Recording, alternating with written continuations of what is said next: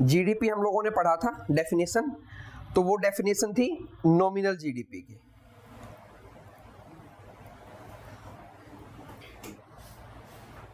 Final value of all the goods and services produced with in a country in a financial year. ठीक है, यहां पे ये word important है, final value. कोई गुड्स या सर्विस इंटरमीडिएट स्टेज पे है प्रोडक्शन के, आधा प्रोडक्शन हो चुका है आधा नहीं, उसकी वैल्यू को हम काउंट नहीं करते जीडीपी के अंदर। तो नॉमिनल जीडीपी होता है real GDP plus inflation. Inflation है rise in price of commodities,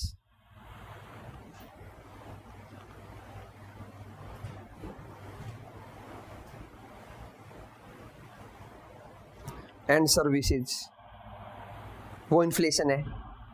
inflation decrease the purchasing power of currency. Currency की परचेजिंग पावर को डिक्रीज कर देता है। इसका मतलब समझ में आया? क्या मतलब है? नहीं, अब वो 1 रुपए में नहीं आ रहा। 10 रुपए का कोई ब्रेड का पैकेट हम बाई कर रहे थे, अब वो 15 का हो गया है, तो 10 रुपए में तो नहीं आ रहा ना वो।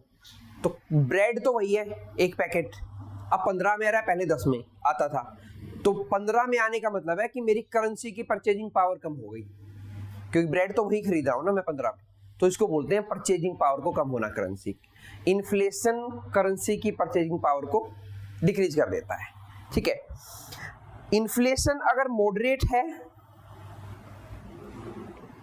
मतलब कुछ 2 से 6%, good for the economy.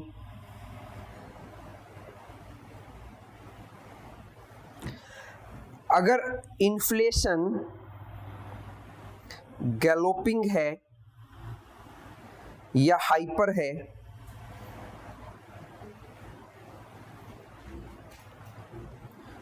Bad for the economy.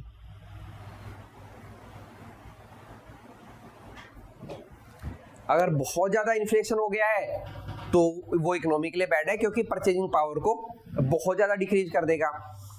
पीछे करीबन 2-3 साल पहले जिम्बाब्वे के अंदर आया था गैलोपिंग इन्फ्लेशन, और शायद 1-2 साल पहले वेनेजुएला के अंदर। वेनेजुएला कहाँ की कंट्री है? साउथ अमेरिका कॉन्टिनेंट की। वेनेजुएला में लार्जेस्ट ऑयल रिजर्व है वर्ल्ड के। ठीक है, और जिम्बाब्वे अफ्रीकन कॉन्टिनेंट की कंट्री है। इन दोनों में गैलोपिंग इन्फ्लेशन आया था। मतलब गैलोपिंग इन्फ्लेशन का मतलब ऐसे समझो कि इंडिया में आपके पास 1 लाख रुपए हैं, लेकिन उस 1 लाख से आप कुछ भी परचेज नहीं कर पा रहे हो। कुछ भी का मतलब एक ब्रेड का पैकेट भी नहीं आ पा रहा है। तो मतलब इन्फ्लेशन इतनी ज्यादा बढ़ गई है। ठीक है, इन्फ्लेशन बढ़ने का रीजन क्या होता है? क्यों बढ़ती है इन्फ्लेशन? इन्फ्लेशन बढ़ेगी एक तो इसलिए बढ़ सकती है कि मनी सप्लाई इंक्रीज हो जाए। मनी सप्लाई का मतलब होता है total money with the people, वो इंक्रीज कर दो। मनी सप्लाई इंक्रीज करोगे तो लोग क्या करेंगे?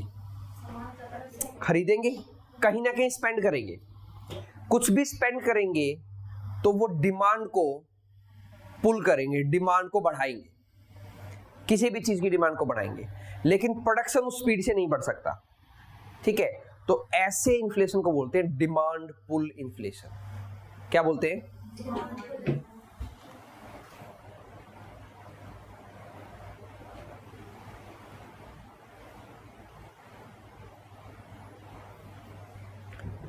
ठीक है, दूसरा, आप कॉस्ट इंक्रीज कर दो किसी भी प्रोडक्ट की। आपको पता है ये तो प्रीमियम प्रोडक्ट है, डिमांड ज्यादा है, सप्लाई कम है, मैं कितने का भी बेचूं ये तो बिकेगा, ठीक है। तो आपने कॉस्ट को इंक्रीज कर दिया उसकी, तो इसको बोलते हैं कॉस्ट पुश इन्फ्लेशन।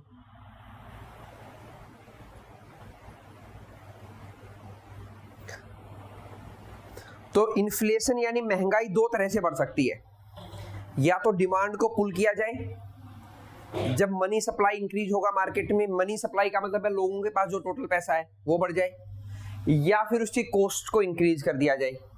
कौन सी कॉस्ट को? प्रोडक्शन कॉस्ट को बोल दो। प्रोडक्शन कॉस्ट अगर किसी चीज की इंक्रीज कर दी जाए तो उसको बोलते हैं कॉस्ट पुश, क्योंकि ऊपर किया आपने कॉस्ट।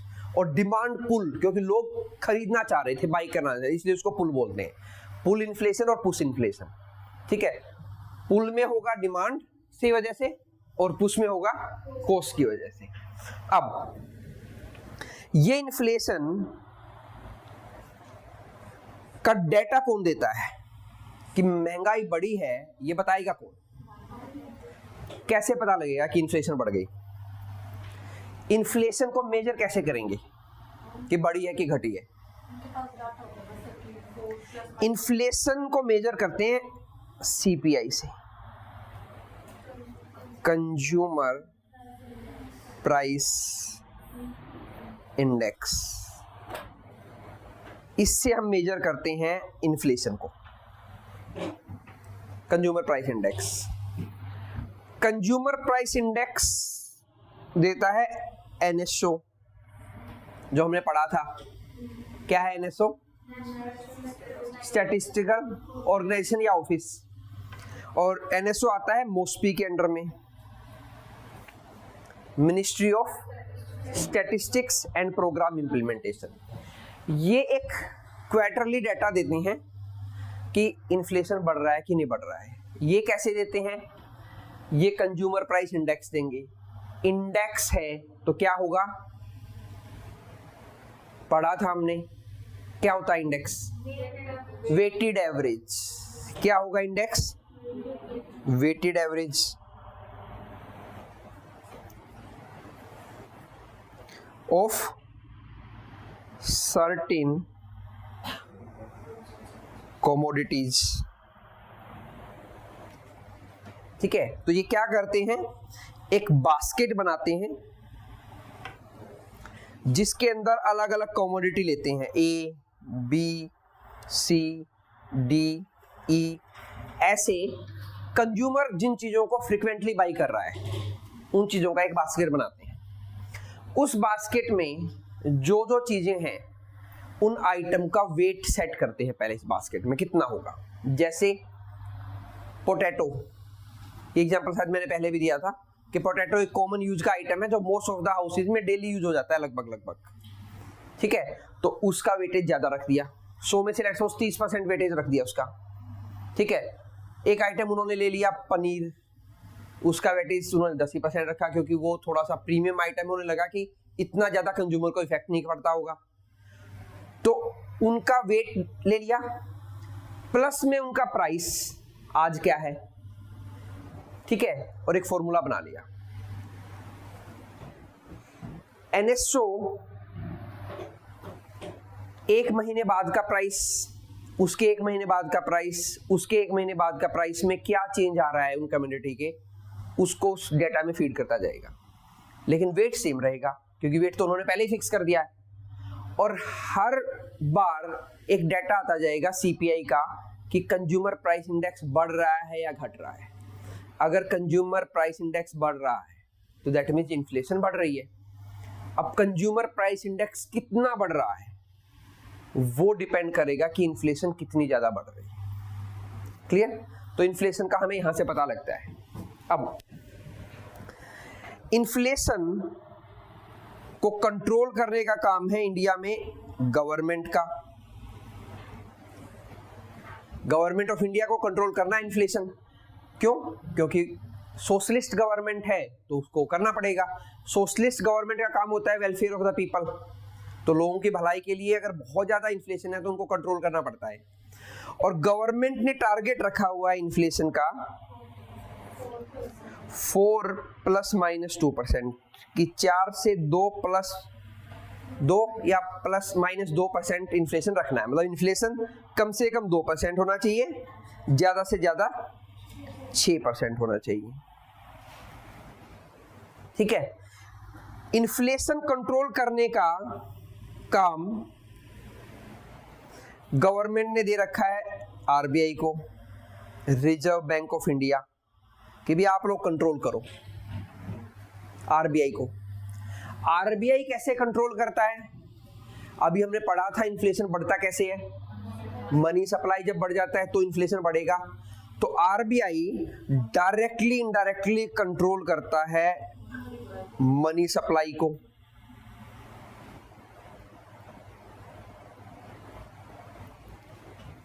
मनी सप्लाई को कंट्रोल कैसे करता है आरबीआई?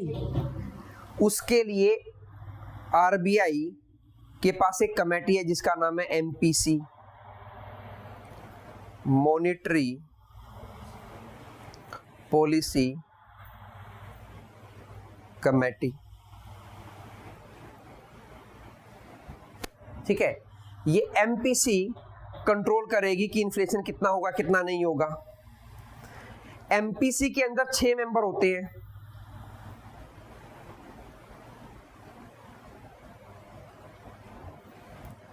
जो ये मॉनेटरी पॉलिसी कमेटी होती है 6 मेंबर्स होते हैं इसमें, 3 from RBI and 3 from the government of India. ठीक है, ये लोग बैठ के डिसाइड करते हैं कि बेंचमार्क इंटरेस्ट रेट क्या होगा इंडिया में। क्या डिसाइड करते हैं? एमपीसी डिसाइड करता है बेंचमार्क इंटरेस्ट रेट। ठीक है, बेंचमार्क इंटरेस्ट रेट क्या होता है कि मार्केट में जो मनी सप्लाई जाएगा उस पे इंटरेस्ट कितना लगेगा उसको डिसाइड करता है। इसको ऐसे समझो दूसरे वे में, रिजर्व बैंक ऑफ इंडिया जितने भी बैंक हैं इंडिया में,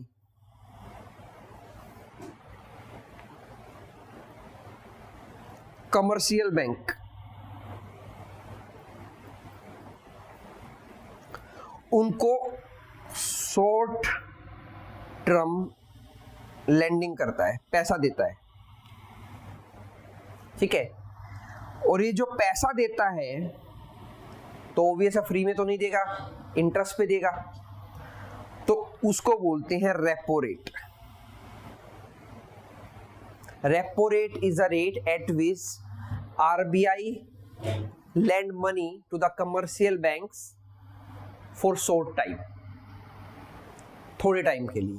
बैंक पैसा क्यों लेते हैं? क्योंकि बैंक फंक्शन कैसे करता है? बैंक का फंक्शन है डिपॉजिट लिया X% पे और लोन दिया Y% पे। यही तो काम करता है बैंक। लोगों के पैसे लेता है, किसी 1% इंटरेस्ट देता है उनको और Y% पे उसको पैसे को आगे दे देता है। बस बैंक का जो वर्किंग है, बैंक का जो फंक्शन है वो होता है, या बैंक की जो अर्निंग है वो है Y-X%। ये उसकी अर्निंग है, इसी पे बैंक काम करता है। ठीक है, तो कई बार बैंक को डिपॉजिट कम मिले, लेकिन बैंक को तो अपना काम कर रहा है ना, तो उसको लोन तो देना है, तो उस टाइम पे उसको आरबीआई से पैसे की रिक्वायरमेंट पड़ जाती है कई बार कि भी हमें पैसा चाहिए, हमारे डिपॉजिट नहीं आ रहे।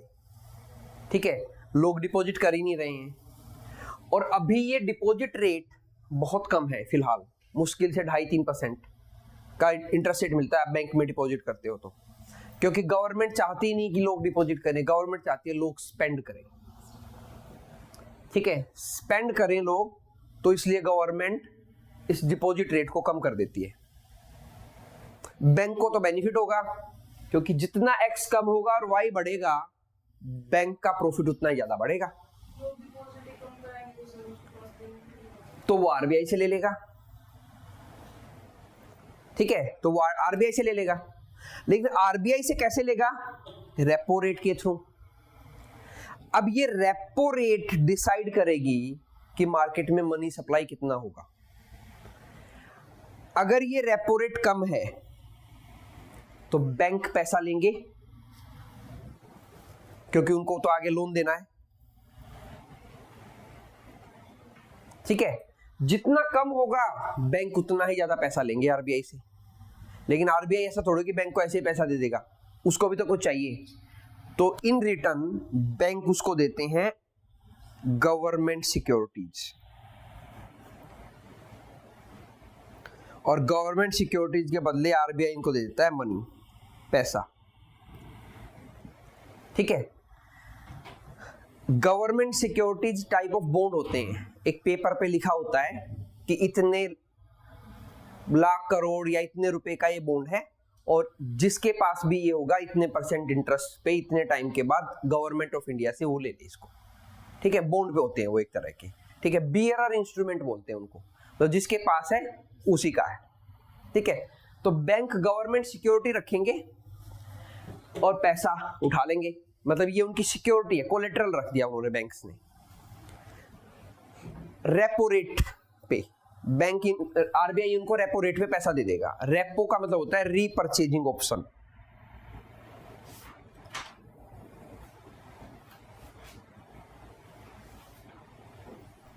और एग्रीमेंट।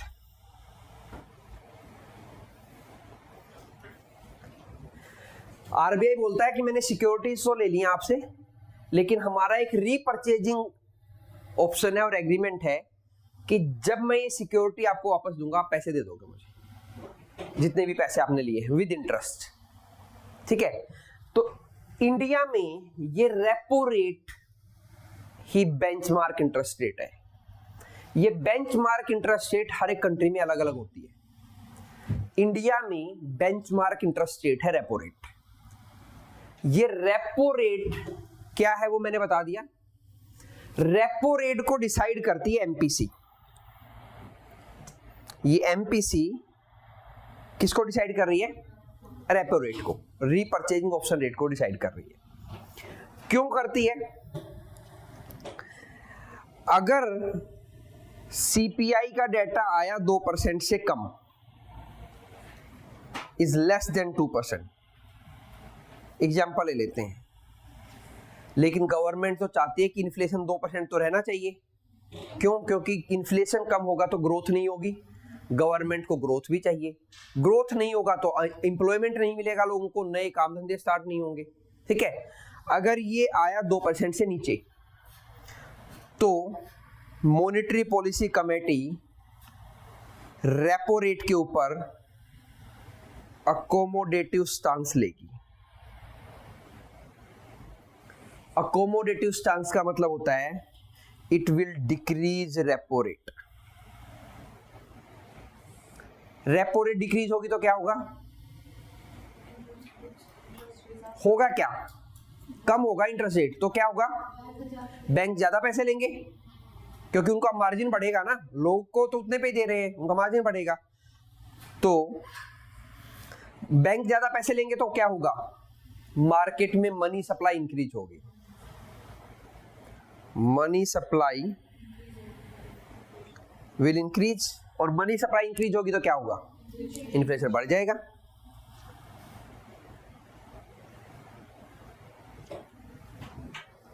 ठीक है। दूसरा, अगर ये सीपीआई का डेटा रहा 2% से 6% के बीच में, तो monetary policy committee neutral stance लेगी। मतलब ना तो वो रेपो रेट को घटाएंगे ना बढ़ाएंगे, जितना है उतना चलता रहेगा, मनी सप्लाई पे कोई इंपैक्ट पड़ेगा ही नहीं, इन्फ्लेशन उतना ही का उतना ही रहेगा। ठीक है। No change in money supply,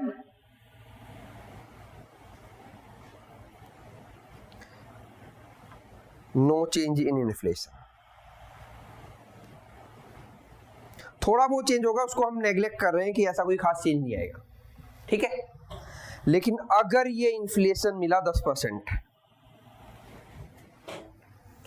तो आरबीआई का काम तो उसको कंट्रोल करना है। तो इसका मतलब आरबीआई समझ गया कि मार्केट में मनी सप्लाई ज्यादा है, उसको मनी सप्लाई को कम करना है, तो वो लेगा हॉकिस स्टांस,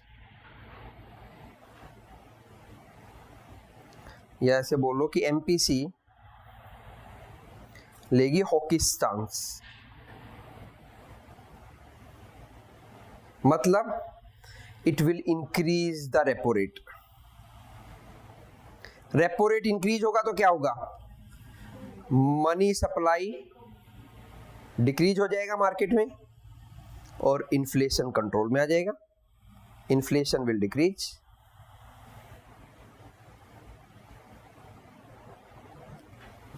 ठीक है, तो इस तरह से आरबीआई एमपीसी को यूज करके इन्फ्लेशन को कंट्रोल करता है मार्केट के अंदर through banking system.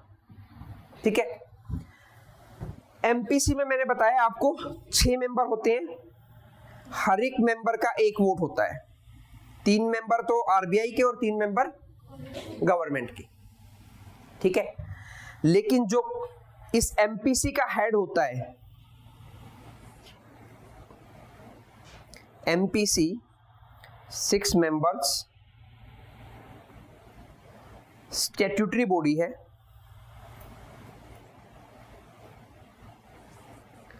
RBI act 1934 से अपनी पावर ड्रॉ करती है। ठीक है,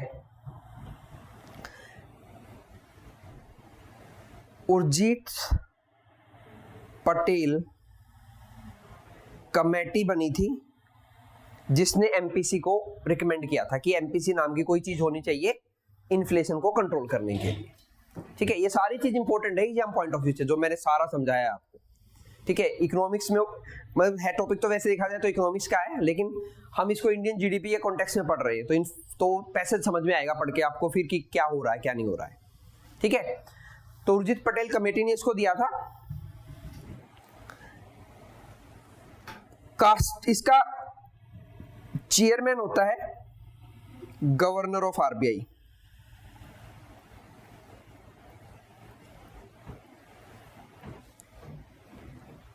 ठीक है, और गवर्नर ऑफ आरबीआई के पास कास्टिंग वोट होता है। कैसा होता है, कास्टिंग वोट। ऐसा कुछ शायद आप लोगों ने पार्लियामेंट में भी पढ़ा होगा कि स्पीकर के पास कास्टिंग वोट होता है। पढ़ा था कभी, याद नहीं है, पढ़ा तो होगा। कास्टिंग वोट क्या होता है, जब इक्वल वोट हो जाए, मैंने बताया कि मॉनेटरी पॉलिसी में 3 आरबीआई के मेंबर हैं, 3 गवर्नमेंट के, तो उनमें से 3 लोग ये कह रहे हैं कि बढ़ाओ रेपो रेट को, 3 कह रहे हैं मत बढ़ाओ, तो क्या करें, बढ़ाएं कि ना बढ़ाएं? तो गवर्नर डिसाइड करेगा कि बढ़ानी है कि नहीं बढ़ानी है, तो उसको बोलते हैं कास्टिंग वोट। ठीक है, डिसीजिव वोट बोल लो उसको, डिसाइजिव वोट बोल लो, कि उसका अल्टीमेट डिसाइजिव वोट होता है इन केस ऑफ टाई। 3 लोगों ने अगर बराबरी का वोट किया है, 3 फेवर में है 3 अगेंस्ट में है किसी भी चीज के, तो उस केस में कास्टिंग वोट होगा गवर्नर के पास, वो डिसाइड करेगा कि बढ़ेगी या घटेगी। ठीक है, अब ऐसा क्यों होगा, मतलब ऐसा कंफ्यूजन होगा ही क्यों उनमें, क्योंकि गवर्नमेंट चाहती है ग्रोथ, और ग्रोथ होगी तो इन्फ्लेशन बढ़ेगा। ठीक है, और गवर्नमेंट ने इन्फ्लेशन कंट्रोल करने का टारगेट किसको दे दिया, आरबीआई को। अब ये तो कॉन्ट्राडिक्टरी सिचुएशन हो गई ना, कि गवर्नमेंट चाह रही है कि ज्यादा से ज्यादा ग्रो हो इकोनॉमी, लेकिन जितनी ज्यादा ग्रो होगी उतना इन्फ्लेशन भी तो बढ़ेगा। तो गवर्नमेंट कह रही है कंट्रोल आप लोग करो। तो हो सकता है कि 3 मेंबर जो गवर्नमेंट की तरफ से गए हैं वो तो इस फेवर में हो कि रेपो रेट को घटा दो, जितना ज्यादा घटाओगे उतना ही मार्केट में मनी सप्लाई बढ़ेगा, उतना ही लोगों के पास पैसा होगा, लोगों के पास पैसा होगा तो लोग उसको स्पेंड करेंगे तो इंडस्ट्री के पास पैसा जाएगा, इंडस्ट्री के पास पैसा जाएगा तो हो सकता है कि वो नई इंडस्ट्री लगा दें। ठीक है, हो सकता है वो नया एम्प्लॉयमेंट दे दे लोगों को, तो गवर्नमेंट तो इस एंगल से सोचेगी। आरबीआई कहेगा नहीं, इससे तो इन्फ्लेशन बढ़ जाएगा, तो मुझे तो उसको कम करना है। ठीक है, तो गवर्नमेंट ने उस चीज को टैकल करने के लिए 3 अपने बंदे रखे हैं और 3 आरबीआई के बंदे रखे हैं। लेकिन क्योंकि आरबीआई सेंट्रल बैंक है इंडियन गवर्नमेंट का, तो फाइनल कास्टिंग वोट गवर्नर के पास होता है। तो अभी हुआ क्या कि बहुत सारी इंडस्ट्री के लोग और बहुत सारे इकोनॉमिस्ट कह रहे थे कि इंडियन इकोनॉमी उतना रफ्तार से ग्रो नहीं करेगी जितना करनी चाहिए। हम लोगों का एम्बिशियस टारगेट है डेवलप्ड कंट्री बनना 2047 तक। मतलब उस टाइम तक हमें हमारा पर कैपिटा इनकम को $10,000 के पार लेके जाना है, जो अभी कितना है $2,500। ठीक है, तो अगर इसको हम कैलकुलेट करें कि पर ईयर कितना बढ़ाएं, तो हमें ग्रोथ चाहिए लगभग नॉमिनल ग्रोथ। तो हमें जहां नहीं समझ में आया बता देना कि नहीं समझ में आया क्या बोल गया आप। तो हमें नॉमिनल ग्रोथ चाहिए लगभग 12 से 13%। इतना हमें ग्रो होना पड़ेगा हर साल। अब इतना ग्रो होंगे तो महंगाई भी तो बढ़ेगी साथ में। ठीक है, तो गवर्नमेंट ग्रोथ चाहता है ज्यादा, लेकिन महंगाई को कम रखना चाहता है, क्योंकि महंगाई बढ़ी तो गवर्नमेंट चेंज हो जाएगी अगली बार। यही होता है ना कि जब प्याज 200 रुपए किलो होता है तो लोग यही सोचते हैं कि अगली बार आने तो इनको वोट ही नहीं देंगे। तो गवर्नमेंट को अपना बचाव भी करना है। ठीक है, लेकिन हर कोई ग्रोथ भी चाहता है, लेकिन ग्रोथ का एक डिसएडवांटेज क्या है कि इन्फ्लेशन उसके साथ लिंक्ड है कि ग्रोथ होगी तो इन्फ्लेशन होगी ही होगी। पॉसिबल ही नहीं है। किसी भी डेवलप्ड कंट्री को जाके देख लो, वहां चीजें महंगी मिलेंगी क्योंकि वहां पे ग्रोथ है। तो ग्रोथ के साथ इन्फ्लेशन लिंक्ड होता है। बस ये है कि उसको कंट्रोल कितना कर सकते हैं हम, वो कंट्रोल करना है। तो हमें 12 से 13% की नॉमिनल ग्रोथ चाहिए। नॉमिनल ग्रोथ में गवर्नमेंट मान के चल रही है कि 5-6% का इन्फ्लेशन होगा। तो 5% का इन्फ्लेशन अगर हम ले ले 2 से 6% के बीच का मान रही है, तो मतलब 8% की ग्रोथ तो हमें चाहिए ही चाहिए। ये ग्रोथ को कैलकुलेट करते हैं क्वार्टर ऑन क्वार्टर।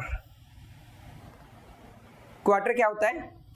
एक साल में 3 महीने के 4-4 पीरियड को क्वार्टर बोलते हैं। जैसे अप्रैल, मई, जून एक क्वार्टर, जुलाई, अगस्त, सितंबर, अक्टूबर, नवंबर, दिसंबर, फिर जनवरी, फरवरी, मार्च। तो क्वार्टर ऑन क्वार्टर ये देखते हैं इंडियन जीडीपी कितना बढ़ रही है। ठीक है, तो इंडस्ट्री वाले कह रहे थे कि इंडियन जीडीपी 8-9% नहीं बढ़ पाएगी। आरबीआई को अकोमोडेटिव स्टांस लेना चाहिए, रेपो रेट कम कर देनी चाहिए, लेकिन आरबीआई अड़ा रहा। उसने स्टांस को न्यूट्रल रखा कि मैं रेपो रेट को ना बढ़ाऊंगा ना घटाऊंगा। तो उसकी वजह से इंडस्ट्री के लोग कह रहे थे कि मतलब हम लोगों को पैसा नहीं मिल पा रहा। पैसा किससे मिलेगा? बैंकों से मिलेगा। बैंकों के पास है ही नहीं। ठीक है, क्यों? क्योंकि उनको आरबीआई से मिलना है। आरबीआई इंटरेस्ट रेट महंगा दे रहा है, मतलब पैसा हमें मिल तो रहा है, लेकिन इतने महंगे इंटरेस्ट पे हम लेंगे नहीं ना, तो हम ग्रो नहीं कर पाएंगे इतना। लेकिन आरबीआई कह रहा था कि ग्रोथ होगी। सरकार को बोला कि होगी, आप मेरे पे ट्रस्ट रखो, ग्रोथ होगी। क्योंकि वहां पे सरकार का भी इंटरफेरेंस तो सरकार का भी होता है। गवर्नर के ऊपर प्रेशर बना सकती है सरकार कि भाई आप रेपो रेट को कम करो, मार्केट में पैसा जाने दो, तभी तो लोगों के पास पैसा आएगा, तभी तो इंडस्ट्री के पास पैसा आएगा, तभी तो ग्रोथ होगी ना। लेकिन आरबीआई गवर्नर ने बोला नहीं, हमें न्यूट्रल रहने दो, ग्रोथ होगी। एक्सपेक्टेड ग्रोथ थी लगभग 7-7.5%, वो आई है 5%। अभी डेटा आ गया, ग्रोथ का डेटा, जीडीपी का डेटा भी मोस्पी देता है। डेटा सारे मोस्पी देता है इंडिया में। ठीक है, तो उन्होंने दे दिया कि लगभग 5.2% के अराउंड की जीडीपी ग्रोथ रेट हुई है। 5% आप इन्फ्लेशन मान लो, बल्कि आरबीआई ने इन्फ्लेशन को और भी कम किए रखा। ठीक है, 4-1% इन्फ्लेशन, तो नॉमिनल रेट आई 9%, होनी चाहिए थी 12-13%। तो मतलब ये टारगेट अचीव ही नहीं होगा, क्योंकि एक बार मिस करने का मतलब है अगली बार और ज्यादा करना, और इतना ही नहीं हो पा रहा। और हर बार ये थोड़ा कम भी रह गया तो ये चीज तो पॉसिबल ही नहीं हो पाएगी। ठीक है, इससे होता क्या है, किसी भी कंट्री की सोवरेन रेटिंग गिर जाती है। सोवरेन रेटिंग होती है किसी भी कंट्री की क्रेडिबिलिटी को शो करती है कि ये लोग क्रेडिबल हैं कि नहीं, विश्वास कर सकते हैं या नहीं कर सकते इन पे। ठीक है, तो इंटरनेशनल मार्केट में जो बात आपने बोल दी उसको फुलफिल नहीं कर रहे, तो आपकी क्रेडिट वैल्यू गिर जाती है। रेटिंग होती है, हर एक कंट्री को रेटिंग मिलती है। बड़ी बड़ी कंपनी है, फिंच है, मूडीज है, ये बड़ी बड़ी कंपनीज हैं जो इंटरनेशनल मार्केट में बैठी हैं और वर्ल्ड की अलग अलग कंट्रीज को रेटिंग देती हैं कि उसके बेस पे उन कंट्रीज में पैसा जाता है, एफडीआई का या एफआईआई का, उस बेस पे उन कंट्रीज को लोन मिलता है दूसरी कंट्रीज से, तो पूरा फाइनेंशियल सिस्टम हिल जाता है। और गवर्नमेंट ग्रोथ नहीं आई तो एम्प्लॉयमेंट जनरेशन होगा ही नहीं, तो गवर्नमेंट को इंटरनल भी प्रॉब्लम होती है और एक्सटर्नल भी प्रॉब्लम होती है। ठीक है, तो ये पैसेज उसी को लेके है कि गवर्नमेंट कह रही है कि हमने तो आप पे विश्वास किए रखा, आप बोलते रहे कि इन्फ्लेशन को कंट्रोल करने दो, कंट्रोल करने दो, कंट्रोल करने दो, इन्फ्लेशन कंट्रोल करने के चक्कर में आपने ग्रोथ ही नहीं दी, मतलब इतना कंट्रोल कर दिया इन्फ्लेशन को कि ग्रोथ हुई नहीं।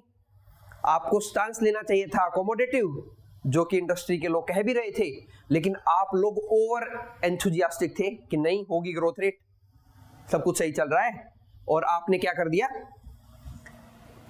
न्यूट्रल स्टांस रखा। ठीक है, तो उसकी वजह से ग्रोथ नहीं हुई। तो उस पे ये पूरा का पूरा पैसेज है। ठीक है, पूरी स्टोरी समझ में आ गई।